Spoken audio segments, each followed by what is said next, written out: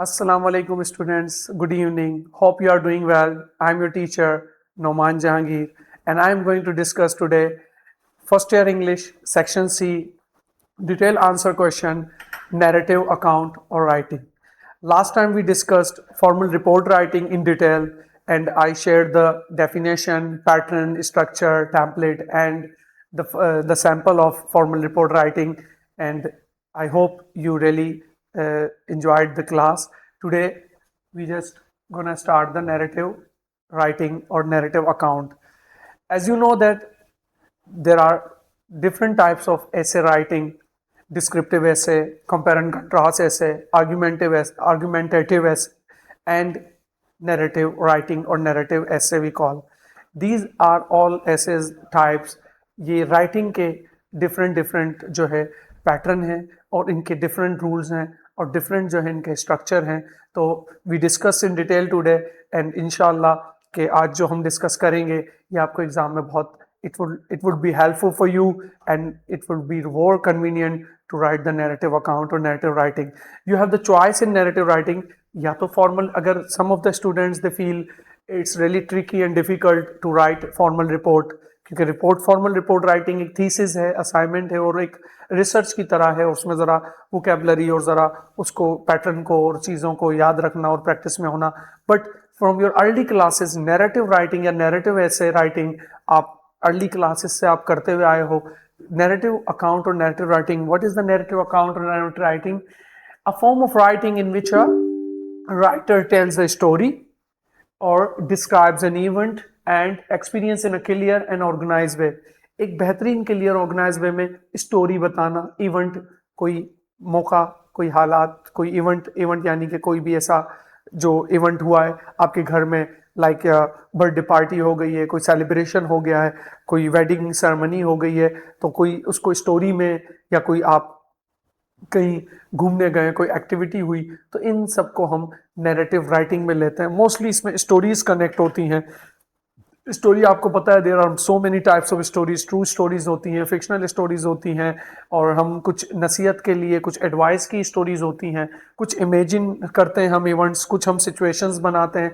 तो this is the art. और narrative writing आज दुनिया में जितने भी मोस्टली जो मूवीज, ड्रामाज और ये प्ले राइट्स और सब कुछ लिखे जा रहे हैं, तो पहले उसका प्लॉट बनता है और प्लॉट के साथ, उसके कैरेक्टर के साथ स्टोरी बहुत स्ट्रॉन्ग होनी चाहिए और story does matter.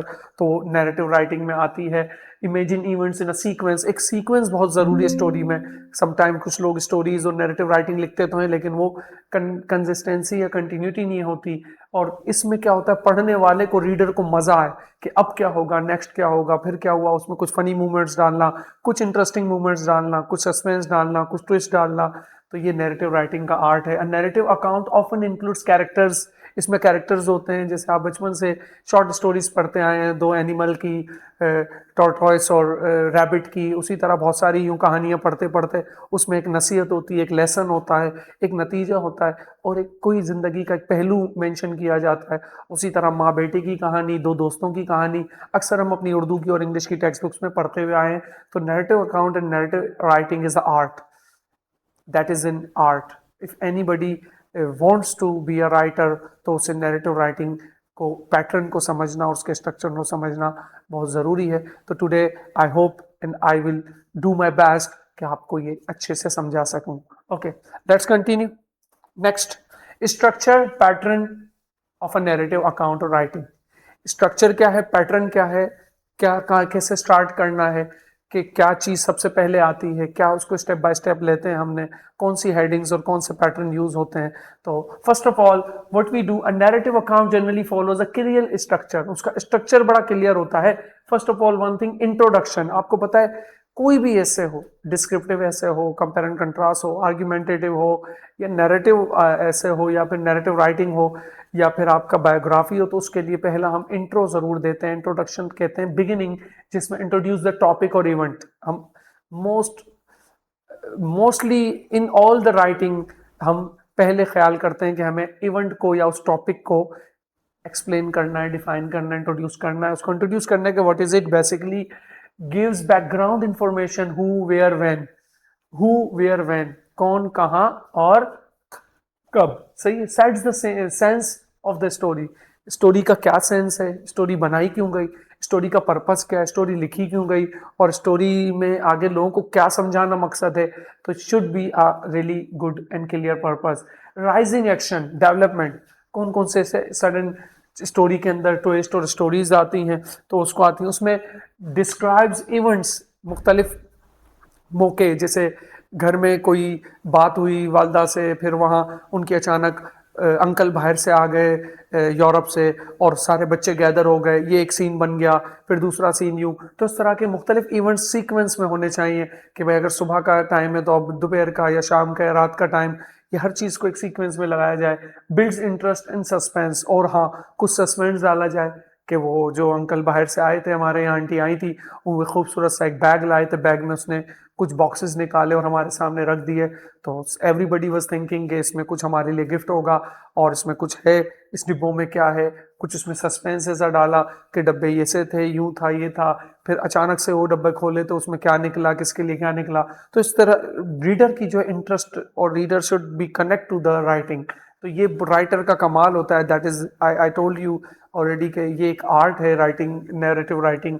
Show challenges और प्रॉब्लम्स, और उसमें जो चैलेंजेस या जो प्रॉब्लम्स जो उस स्टोरी का हिस्सा है, जो इवेंट्स में आई हैं, उनको भी अच्छे से स्केच करना है। Next, climax. Climax mean turning point. Climax यानी कि टर्निंग पॉइंट। अक्सर हम मूवीज, ड्रामा या बहुत सारी स्टोरीज हम देखते हैं तो जिसमें टर्निंग पॉइंट आता है कि एक अच्छी भली जिंदगी गुजर रही होती है और सडन कोई ऐसा हादसा होने से पूरा एक माहौल और पूरी एक जो है सिचुएशन चेंज हो जाती है। अच्छे खुशगवार माहौल में एक अचानक से कोई एक डर और खौफ का समा आ जाता है, या कोई ऐसी उदासी वाली बात हो जाती है, या कोई सडन ऐसा इवेंट हो जाता है। तो इसमें टर्निंग पॉइंट बहुत ज़रूरी है। कभी अगर कोई हम मर्डर मिस्ट्री कोई स्टोरी देखते हैं, मूवी या ड्रामा देखते हैं, कोई मर्डर मिस्ट्री का होता है या कोई ऐसे इन्वेस्टिगेशन का होता है किसी चीज़ का, या किसी शख्स की मिसिंग पर्सन को ढूंढना होता है, तो कुछ क्लू मिलते हैं, तो उस चीज़ों में सबको कनेक्ट करना, that is really good art. The main event और peak of the story. Main event क्या है? स्टोरी जहां आके जुड़ती है, जहां स्टोरी का जो स्टार्टअप है, जो कैरेक्टर्स ऐड किए हैं, या जो लोग उस स्टोरी में इन्वॉल्व हैं, वो किस पॉइंट पर आके मिलते हैं। अ डिसीजन, अचीवमेंट्स और प्रॉब्लम्स, और उसमें अचीवमेंट्स भी डालने हैं। जैसे आपने 9th क्लास में द चेजिंग ड्रीम्स पढ़ा था, वो बहन भाइयों की एक स्टोरी थी, एक गरीब गांव की फैमिली होती है, कैसे उसमें ट्विस्ट आता है कि वो बच्चे पढ़ भी लेते हैं लेकिन उनको यूनिवर्सिटी और कॉलेज, मेडिकल कॉलेज जाने के लिए पैसे नहीं होते, कैसे सडन कोई उनकी हेल्प करता है, वो ट्यूशन देते हैं, और अचानक से फिर कई साल बाद उनकी ज़िंदगी में एक बड़ा चेंज आता है। जो उन्होंने यंग एज में जो ख्वाब देखते हैं वो उनकी पूरे हो जाते हैं, और वो गाँव में एक बेहतरीन हॉस्पिटल बड़ा खोल लेते हैं जो उनका एक ड्रीम होता है। स्टोरीज ऐसी होती हैं, कुछ स्टोरीज हैप्पी एंडिंग्स के साथ होती हैं, कुछ स्टोरीज का एंड जो है वो थोड़ा सा सैड होता है। फॉलिंग एक्शन, एक्शन फॉलिंग, कौन कौन से ऐसे events after the climax, climax के बाद कौन सा ऐसी बात होती है कि सडन कोई बंदा आ गया किसी की गवाही देने, एक शख्स को गिल्टी करार दे दिया गया और वो बेकसूर था, और अचानक कोर्ट में जो है जज के सब लोग बैठे हुए हैं और उस शख्स के खिलाफ सारे जो है प्रूफ्स जा रहे हैं, और he is just going to be the call from the जज गिल्टी, बट वहाँ से एक शख्स आ जाता है जो विटनेस्ड होता है उस जो जिस मर्डर या जिस किलिंग पर उसका इल्ज़ाम होता है, और वो सारा बता देता है, उस तरह वो बंदा बरी हो जाता है। तो ये सारी चीज़ें हैं कि क्लाइमैक्स ऐसा हो जिसमें ट्विस्टिंग हो और टर्निंग पॉइंट हो, shows how the situations begins to resolve, और ये भी बताना है कि भाई कैसे ये सिचुएशन शुरू हुई, और सिचुएशन को बताना भी है। विदाउट एनी रीजनिंग कोई भी आप नए कैरेक्टर या नई बात नहीं डाल सकते जब तक उसका आप पूरा लिंक ना करें कि आपके पास ये बात कैसे आई है, कैसे ये सिचुएशंस हुई। लास्ट में आपके कंक्लूजन होगा जिसको हम एंडिंग कहते हैं, नतीजा जिसमें हम देना, उसमें क्या होगा, फाइनल आउटकम द स्टोरी। जैसे चेजिंग ड्रीम्स में क्या था, द चेजिंग ड्रीम्स में कि वो बहन भाई दोनों डॉक्टर्स बन जाते हैं, अपना बड़ा हॉस्पिटल खोल लेते हैं, उनकी शादी हो जाती है, उनके बच्चे, और वो एक बेहतरीन ज़बरदस्त किस्म की अच्छी सी ज़िंदगी गुजार रहे होते हैं, और गांव में जो उनका ख्वाब होता है कि हम गरीब हमारे गांव के लोगों का फ्री इलाज करेंगे तो भी पूरा हो जाता है। तो that is the picture you. तो ये पिक्चर का भी ख्याल रखें कि जिस तक आपने स्टोरी को कैसे पहुंचाना है। रिफ्लेक्शन और लेसन लर्न, क्या what you have learn, what was the lecture, what was the lesson there, तो ये आपको you should think about it। तो आपको ये रिफ्लेक्शन और लेसन जो है इसको भी देना है स्टोरी में कि अक्सर most of the stories they are the ending should have the lesson ज़रूर होता है। कोई भी स्टोरी होगी उसमें लेसन ज़रूर होगा, और वो स्टोरी जो है उसके एंड में या तो अच्छी नसीहत होगी या और बुरे का अंजाम बुरा होगा। जिसे द वाइस कैलिफ आपने मैट्रिक में पढ़ा कि वो दो लोगों का एक जो है फाइट जो होती है वाइट हॉर्स पर, और जो है आखिर में हैप्पी एंडिंग्स होती हैं और को भी माफ़ कर दिया जाता है। तो स्टोरी स्टार्टअप में बड़े अप्स एंड डाउन्स आते हैं, और ये राइटर को जो है ये बड़ा कनेक्ट करके रखते हैं। It's spell bound the writers readers basically. तो राइटर्स के पास इतना आर्ट हो कि उसकी राइटिंग में ऐसे ट्विस्ट और ऐसी क्लाइमेक्स एडअप करे जिससे जो है स्टोरी जो है इम्प्रेसिव बने।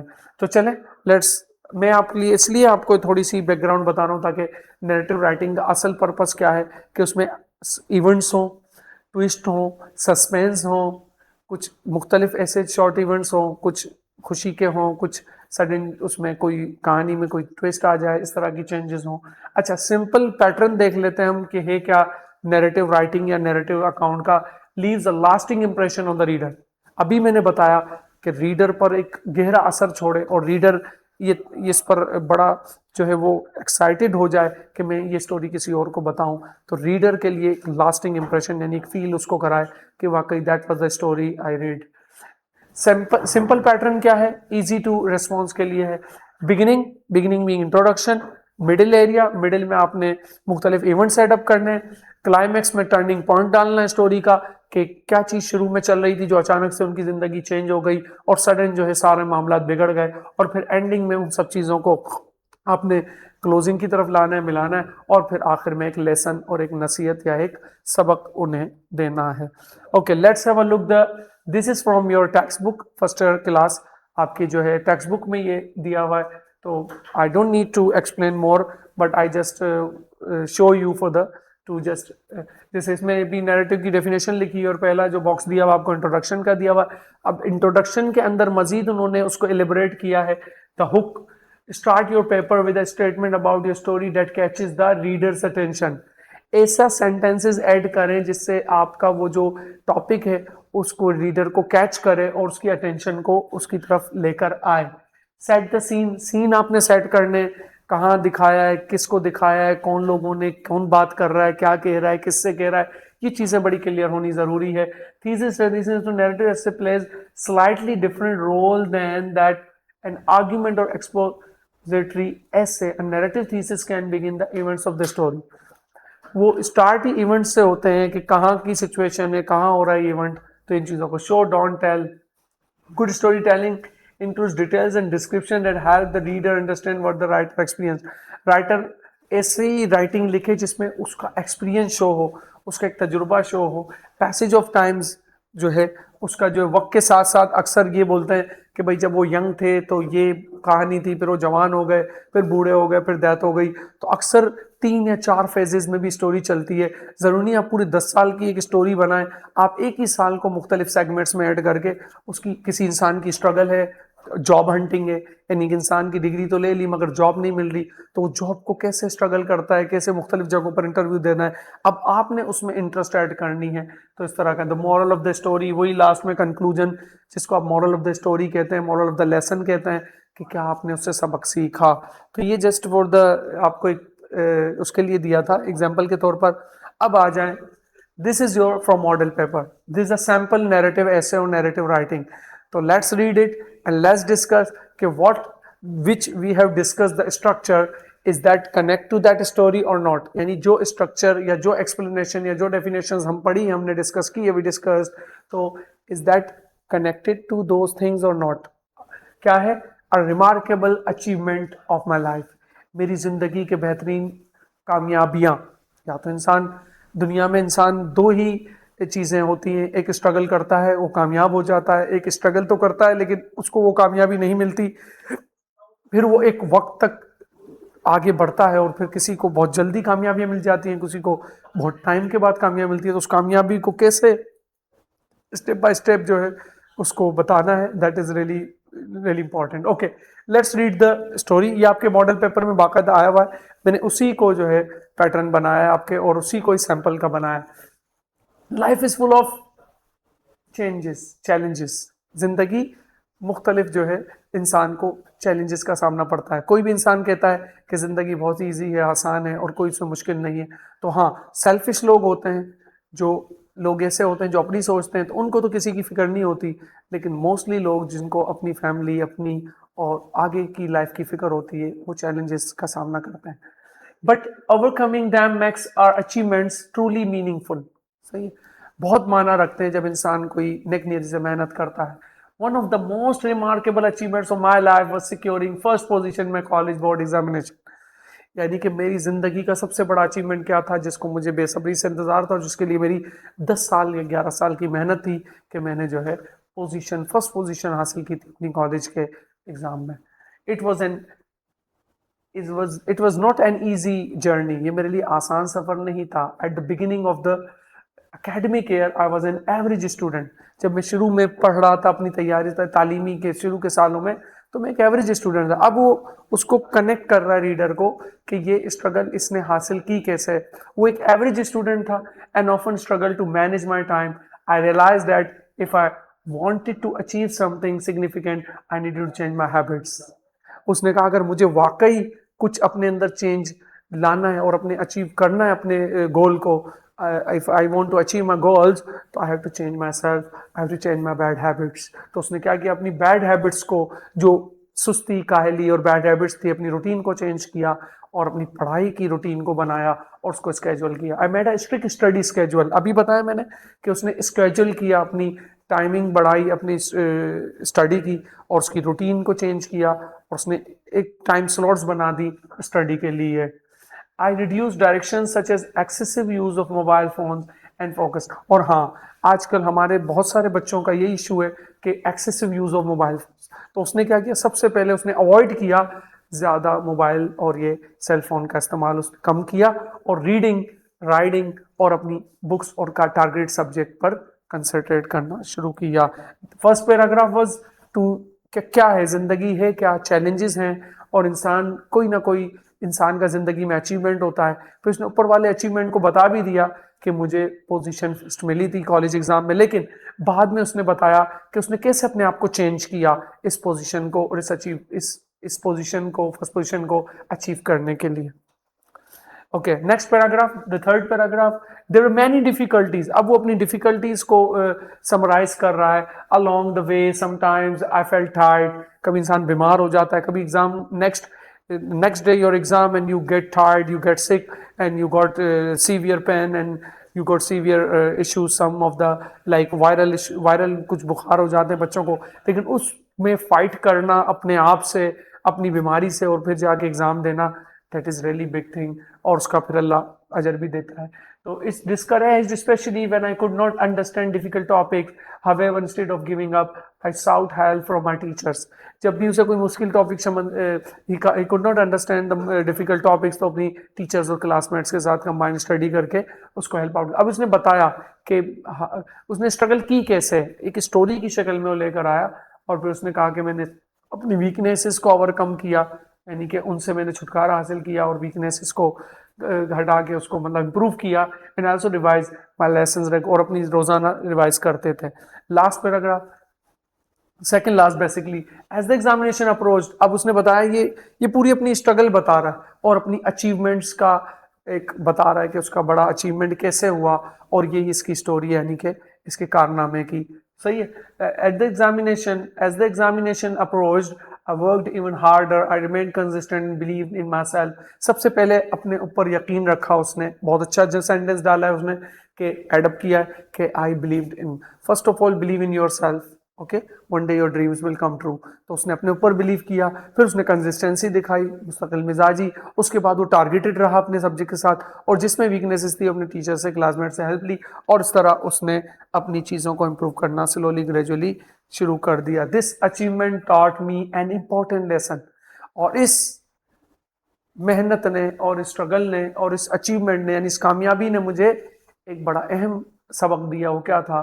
Success come through hard work. यानी कि हमेशा कामयाबी मेहनत से आती है, इसका there is no shortcut. What does it mean? There is no shortcut. The only one way, you have to struggle, you have to work hard. Patience, सब्र और तहम्मुल, जल्दबाजी नहीं करनी. वो कहते हैं ना कि जो है मेहनत इतनी खामोशी से करो कि कामयाबी आपकी जश्न मनाए. एंड डिटर्मिनेशन, एकदम तवज्जो के साथ, ध्यान के साथ और बिल्कुल यकसुई के साथ determination. It boosted my confidence, मेरे और कॉन्फिडेंस को बढ़ाया. And motivated me to aim even higher in life. In conclusion, और कंक्लूजन में क्या है? Securing first position my board exams is the most remarkable achievement of my life.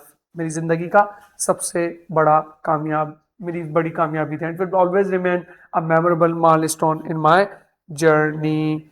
Thank you very much. This is your basically narrative account, narrative essay, and today we discuss in detail the structure of the narrative account and narrative writing. And this is it's up to you. You have the choice in your final exam, like या तो formal report writing कर लें या narrative writing कर लें.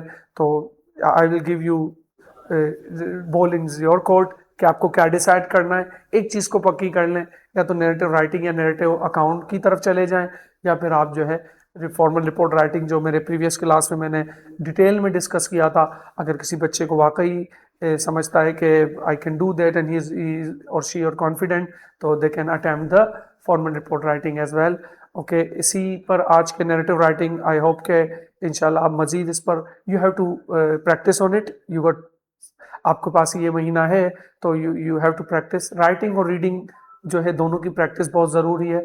Reading will improve your vocabulary, will give you the sentences, grammar, and will improve your.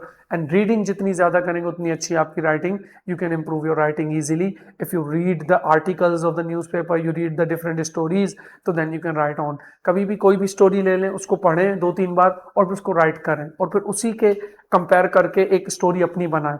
और I hope कि you will try at home. और I am really happy to see, अगर आप खुद जो है ना ये चीज़ें खुद से प्रैक्टिस करें और उसको अपना जो है कंटिन्यूटी में लाएं. और रीडिंग एंड राइटिंग, इन दो चीज़ों की प्रैक्टिस से आपकी नैरेटिव राइटिंग और नैरेटिव ऐसे राइटिंग में आपको कमांड हो जाएगी. ओके, और बाकी कुछ जनरल टॉपिक्स हैं उनको भी आप पढ़ सकते हैं. और मुझे आगे टाइम मिला क्योंकि these are your crash classes, तो I just need to connect the main topics जो है आपके जो एग्जाम से पॉइंट ऑफ व्यू से, तो I just pick and discuss. तो हो सकता है रिवीजन का टाइम ना मिले. तो that's it, that's all from my side. Thank you very much. Have a good day.